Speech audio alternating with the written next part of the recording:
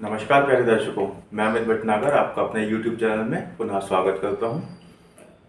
दर्शकों, हम संतान के ऊपर बात कर रहे हैं पिछले काफ़ी सारे वीडियोस से। और जैसे कि मैंने पिछले वीडियो में भी आपको बताया था कि हम बात करेंगे विलंब संतान से, और आपकी संतान पुत्र हो गई या पुत्री, इसके बारे में बात करेंगे। तो आज मैं आपके सामने हाजिर हूँ वीडियो लेकर, जिसमें मैं आपको बताऊँगा कि आप प्रोबेबिलिटी कैसे चेक कर सकते हैं कि आपकी संतान पुत्र होगी या पुत्री। दोस्तों, इस श्रृंखला में हम आगे बढ़े, लेकिन मैं आपको एक चेतावनी देना चाहूँगा। चेतावनी, वैधानिक चेतावनी जिसे बोलते हैं, या डिस्क्लेमर। ज्योतिष का दुरुपयोग ना हो, इसलिए यह वीडियो जो है केवल ज्ञान के पर्पज से बनाया जा रहा है। इसके बेस पर कोई भी आप अपनी कुंडली देखकर कोई भी डिसीजन ना लें। ऐसा मैं क्यों कह रहा हूँ? क्योंकि इंडिया के अंदर लिंग निर्धारण जो है वो कानूनन अपराध है। अगर आप अब खुद कुंडली देखकर या किसी और ज्योतिष की बातों में आकर डायरेक्ट कोई डिसीजन ले लेते हैं जो कि कानून के अगेंस्ट है, तो वो उसके लिए हम रिस्पॉन्सिबल नहीं होंगे। यही रीज़न है कि ज़्यादातर ज्योतिष के ऊपर वीडियो नहीं बनाते हैं कि आपके पुत्र होगा या पुत्री। बहुत कम आपको वीडियो मिलेंगे इसके ऊपर। तो मैं आपको फिर वही डिस्क्लेमर देना चाहता हूँ, कभी भी मेरे ऊपर या किसी और ज्योतिष की बातों में आकर ऐसा कोई डिसीजन ना लें जिससे कि आप किसी कानूनी लफड़े में फंसें। क्योंकि भारत में लिंग निर्धारण कानूनन अपराध है। विदेशों में डॉक्टर बता देते हैं, हमारे यहाँ भी अलाउड था काफ़ी साल पहले, लेकिन उसका दुरुपयोग किया गया, इसलिए सरकार ने नियम बदला और आज की तारीख में आप लिंग निर्धारण नहीं कर सकते। आप अपने ज्ञान के लिए जानना चाहते हैं, दैट इज़ डिफरेंट थिंग, वो आप हॉरोस्कोप से पता कर सकते हैं। इसके ऊपर कोई भी आप एक्शन ना लें, कोई अपनी कुंडली का एनालिसिस करने के बाद या करवाने के बाद। ये यहाँ पर मैं आपको इसलिए ये डिस्क्लेमर देना चाहता हूँ। दोस्तों, ज्योतिष को सब पता होता है। अगर आपकी कुंडली सही है तो बिल्कुल सही प्रेडिक्शन हो सकता है कि आपके पुत्र होगा या पुत्री। इस निर्धारण के लिए बहुत सिंपल सी टेक्निक है, और मैं फिर बोलना चाहूँगा कि हर चीज़ की किसी ज्योतिष में गारंटी नहीं होती। जो सूत्र होते हैं, चाहे क्लासिक के हों या आज की तारीख में किसी के द्वारा की गई रिसर्च के, जो आपकी पॉसिबिलिटी होती है वो 80 to 90% होती है, जो कि इक्विवेलेंट है 100% के। कभी भी ज्योतिष में गारंटी नहीं दी जाती है किसी भी चीज़ की। हम जो नियम देंगे इनका भी ऐसे ही होता है कि 80 to 90% फिट होते हैं, कहीं कहीं अपवाद जरूर होते हैं। एक्सेप्शंस आर एवरीवेयर, ये इंग्लिश में कहावत है। तो जो एक्सेप्शन होते हैं, या इसको हिंदी में क्या बोलते हैं मैं भूल रहा हूँ, तो एक्सेप्शंस हर जगह होते हैं। इसलिए ज्योतिष में 80 to 90% एक्यूरेसी को 100% एक्यूरेसी माना जाता है। 20% का मार्जिन चलता है हर जगह। तो आज हम बात करेंगे कुछ ऐसे ही सूत्रों की। आइए डिले ना करते हुए बात करना शुरू करते हैं। पुरुष ग्रह, स्त्री ग्रह, हमारे 7 ग्रह होते हैं। राहु केतु को हम काउंट नहीं करते। 7 ग्रहों में सूर्य, मंगल, बृहस्पति या गुरु, ये हमारे पुरुष ग्रह होते हैं। बाकी बचे 3 ग्रह कौन से?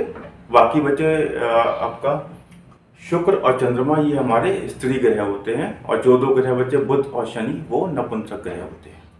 सबसे पहले हमें आइडेंटिफाई करना होगा ग्रह कौन से टाइप का बैठा है, कहाँ बैठा है, ये बात करेंगे आगे। पहले ग्रह की प्रकृति समझिए कि 7 ग्रह को हमने 3 कैटेगरी में बांटा है, जिसमें 3 ग्रह हमारे पुरुष ग्रह हैं, सूर्य, मंगल, गुरु। 2 ग्रह हमारे स्त्री ग्रह हैं, शुक्र और चंद्रमा। और 2 ग्रह हमारे नपुंसक हैं, बुध और शनि। राहु केतु हम काउंट नहीं करते। अब हमें बात करनी होगी राशियों की। ग्रह तो पता कर लिए कि पुरुष हैं कि स्त्री है। अब राशियों की बात करेंगे। राशि भी स्त्री और पुरुष होती हैं। अगर आपने मेरे पुराने वीडियोस देखे हैं तो मैंने पूरा वीडियो बनाया है इसके ऊपर। तो जो विषम राशियां होती हैं वो पुरुष राशियां होती हैं, और जो सम राशियां होती हैं वो स्त्री राशियां होती हैं। विषम राशि कौन सी होती हैं? 1, 3, 5, 7, 9, 11। और सम राशियां कौन सी होती हैं? 2, 4, 8, 10, 12। ये मैंने लिखा है यहाँ पर। पुत्र के लिए विषम राशियों को देखा जाता है, और स्त्री के लिए या पुत्री के लिए सम राशियों को। ठीक है। अब पहली चीज, ये हम पहला संतान देख रहे हैं, दूसरी देख रहे हैं, तीसरी देख रहे हैं। जनरली पहली संतान देखी जाती है पंचम स्थान से। अगर कोई नवविवाहित जोड़ा आपके पास आता है, जातक आते हैं, बोलते हैं कि हमारी संतान कम होगी, तो आप विचार करेंगे 5th हाउस और लॉर्ड का। दूसरे के लिए सप्तम का और तीसरे के लिए नवम का, इसी तरह ये क्रम चलता जाएगा। फिर 11th का, तो दो दो भाव छोड़कर हम संतान को देखते हैं। तो सबसे पहले आपने देखे मेरा ग्रह, मुझे किस चीज़ को देखना है, ग्रह को देखना है, वो स्त्री है पुरुष है। दूसरा मुझे देखना है राशि है, स्त्री या पुरुष है। तीसरा मुझे देखना है कि कौन सी संतान है, पहली है, दूसरी है, तीसरी है। उसके बाद आपको देखनी है दशा कौन सी चल रही है जातक की। जातक की दशा किसी पुरुष ग्रह की चल रही है या स्त्री ग्रह की चल रही है। तो ये बहुत सारे फैक्टर्स होते हैं जिनके बेसिस पे आपको आकलन लगाना होता है। ये 90% चीज़ों में सही फिट बैठते हैं, 10% का एक्सेप्शन हो सकता है। तो फिर नक्षत्र भी देखने होते हैं कि आपके कौन कौन से नक्षत्र हैं, वो स्त्री कारक हैं या पुरुष कारक हैं। तो ये समावेश है बहुत सारे फैक्टर्स का जानने के लिए कि पुत्र होगा या पुत्री। अब आप एक एक चीज़ बिल्कुल डिग्री वाइज आपके पास सही है तो आप 100% भी कैलकुलेट कर सकते हैं।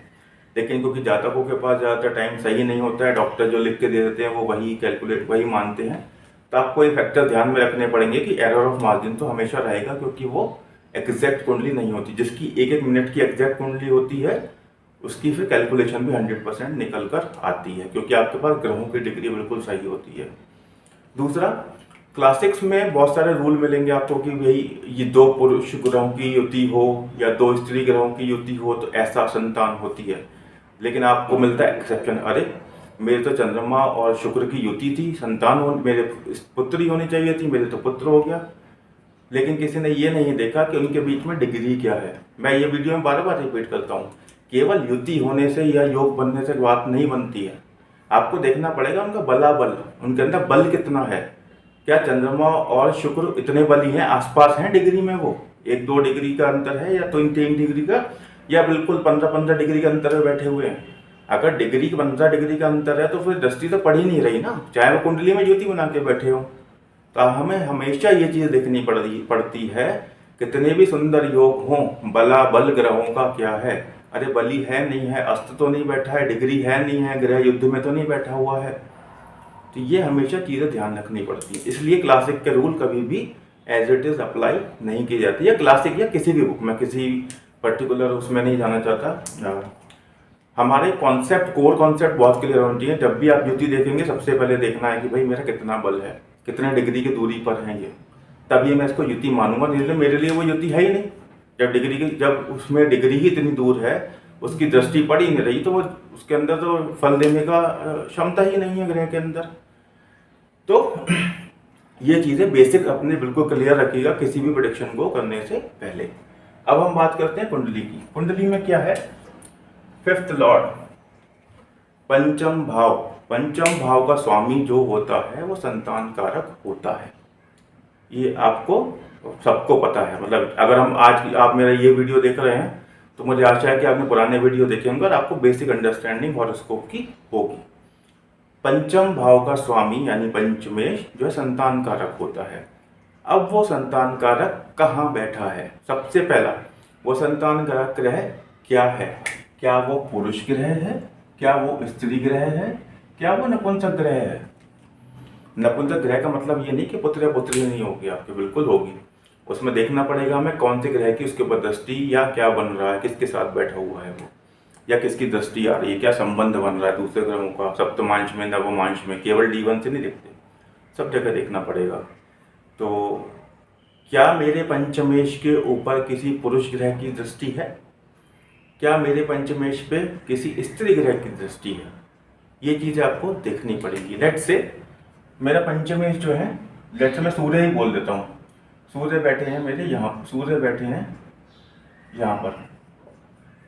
अब मेरे पंचमेश तो हो गए सूर्य, कौन सी राशि के अंदर बैठे? अभी मैं क्या देखूंगा? मैं देखूंगा राशि। भाव तो बैठे हैं 4th में, पंचमेश बैठ गए मेरे 4th भाव में, केंद्र में जाके बैठ गए।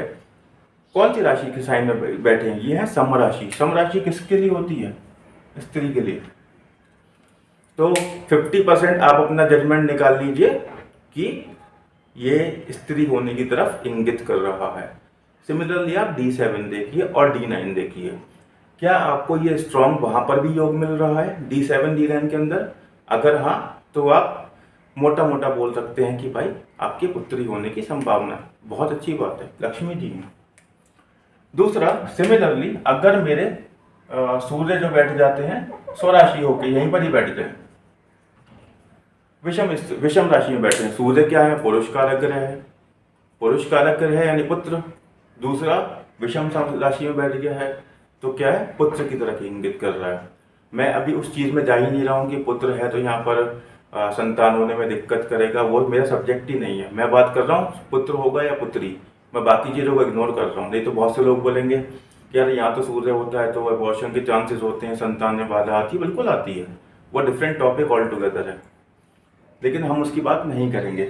मेरा सूर्य पुरुष ग्रह है, मेरा वो बैठ गया विषम राशि के अंदर, यानी कि इंगित कर रहा है कि पुत्र होगा। सिमिलरली अगर मेरा पंचमेश कोई स्त्री ग्रह होता, मैं कोई लग्न चेंज कर दूं, लेट से यहाँ पर मैं 7 कर रहा हूँ, मैं बाद में चेंज करूंगा, मतलब क्या पूरा सारे मिटा कर लिखूं, वीडियो लंबा हो जाता है। मैंने लिखा 7, इसके स्वामी हो गए शुक्र। अगर शुक्र जो है वो सम राशि में बैठ जाए, लेट से स्वराशि होकर ही बैठे, तो विषम राशि है, सॉरी गलती हो गई है, इसको हमें सम राशि करना है। तो शुक्र जो है सम राशि के अंदर बैठ गए, शुक्र है स्त्री कारक ग्रह और बैठे हैं सम राशि के अंदर। सम राशि किसकी होती है? सम राशि होती है पुत्री की, तो पुत्री की संभावना ज्यादा होगी। तो ये बहुत बेसिक फॉर्मूला है, एक्यूरेसी बहुत अच्छी है, लेकिन आपको देखना पड़ेगा केवल एक ग्रह से नहीं, यहाँ पर कॉम्बिनेशन देखने पड़ते हैं। क्या किसी और संतान कारक ग्रह कौन से होते हैं? सबसे हमने उसकी बात तो की नहीं, सबको पता है गुरु जो है संतान कारक होते हैं। गुरु क्या है? पुरुष यानी पुत्र कारक ग्रह। तो अगर ये गुरु से एस्पेक्ट होते हैं, लेट से यहाँ पर शुक्र ही बैठ गए, यहाँ बैठ गए गुरु, गुरु की 7वीं दृष्टि पड़ रही है, फिर आपको राशि देखनी पड़ेगी, फिर उस D7 D9 में भी कॉम्बिनेशन देखना पड़ेगा। क्या तीनों जगह मुझे पुरुष कारक ग्रह की दृष्टि मिल रही है, तो चांसेस है कि पुत्र भी हो आपके। बैठा स्त्री ग्रह है, स्त्री राशि में बैठा है, गुरु की दृष्टि भी देखनी पड़ेगी। और मोस्टली ये कॉम्बिनेशन मिलता है जब वो गुरु आपका पंचमेश लग्न में बैठा हो या नवम भाव में, और उस पर गुरु की दृष्टि आती है, तो राशि का क्या है एक्सेप्शन हो जाता है वहां पर, और देखा गया है कि पुत्र की आपको प्राप्ति होती है। तो दोस्तों ये बहुत सिंपल से मैंने आपको 2 फॉर्मूला बताए हैं, ये आप तीनों उस पर लाइए, D1 D9 D7 पे। इन योगों को देखिए कहाँ पर कौन सा स्ट्रॉन्ग बन रहा है, क्या राशि है और क्या किस टाइप का ग्रह है। आप 100 में से 90 बार सक्सेसफुल होंगे, ये मेरा मतलब मैं क्या बोलूँ आश्वासन है आपको। और वीडियो को आज मैं यहीं फिनिश करूँगा, क्योंकि फॉर्मूला आपको समझा दिया। एक रीकैप कर देता हूँ बहुत छोटा सा। सबसे पहले देखिए ग्रह पुरुष है या स्त्री आपका पंचमेश, उसके बाद राशि देखिए कौन सी राशि में बैठा है, फिर उसके बाद कौन सी संतान आपको देखनी है, प्रथम सेकंड और थर्ड, और कौन से ग्रह की दशा चल रही है। पुरुष ग्रह की, अच्छा दशा की बात नहीं की हमने, पुरुष ग्रह की दशा चल रही होती है तो चांसेस बढ़ जाते हैं कि आपके पुत्र की संभावना के, और स्त्री ग्रह की दशा चल रही हो तो संभावना होती है कि आपको पुत्री हो। इनको भी आपको ध्यान में रखना पड़ेगा। सो ये हमारा हो गया रीकैप। अब इससे पहले कि वीडियो खत्म करूं, मैंने आपसे रिक्वेस्ट नहीं की अभी तक, चैनल को शेयर जरूर कीजिए, सब्सक्राइब जरूर कीजिए, वीडियो को लाइक और शेयर कीजिए। तो इसी रिक्वेस्ट के साथ मैं अपने वीडियो को मैं यहीं समाप्त करता हूँ। नमस्कार, धन्यवाद।